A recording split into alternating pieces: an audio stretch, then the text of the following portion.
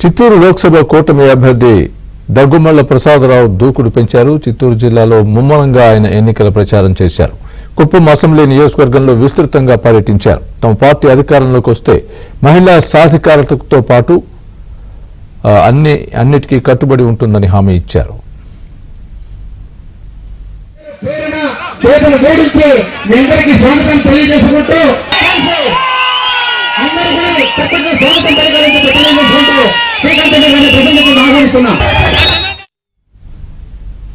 కుప్పం నియోజకవర్గ వన్యకుల క్షత్రియ ఆత్మీయ సమావేశంలో కేంద్ర మాజీ మంత్రి అంబుమణి రామదాస్ తో కలిసి ఆయన పాల్గొన్నారు. కుప్పం చేరుకున్న వారిద్దరికీ ఓటర్లు బ్రహ్మరథం పట్టారు. చిత్తూరు జిల్లాలో అన్ని సీట్లను టీడీపీ కైవసం చేసుకుంటుందని ప్రసాదరావు ధీమా వ్యక్తం చేశారు.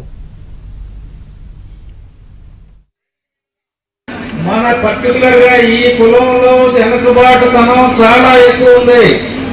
చదువు పర్సంటేజ్ కూడా చాలా తక్కువ ఉంది. ఎందుకని మీరు ఎవరైనా ఆలోచిస్తున్నారా? స్త్రీల్లో కానీ పురుషుల్లో కానీ ఉన్నవాళ్ళు ఎక్కువ మంది వ్యవసాయం మీద ఆధారపడుతున్నారు. వ్యవసాయ భూములు మాత్రం తక్కువ. వడ్రంగి పనుల్లో ఉన్నారు, కంసాలి పనుల్లో ఉన్నారు, రకరకాల పనుల్లో ఉన్నారు.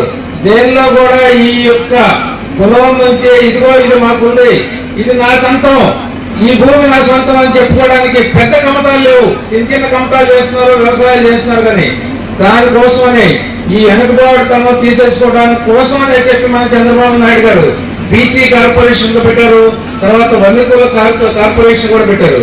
కానీ ఈ వైఎస్ఆర్సీపీ ప్రభుత్వంలో ఈ కార్పొరేషన్లు ఉన్నాయా? మీకు ఏమైనా అర్థమవుతుందా? అన్నీ చచ్చిపోయినాయి.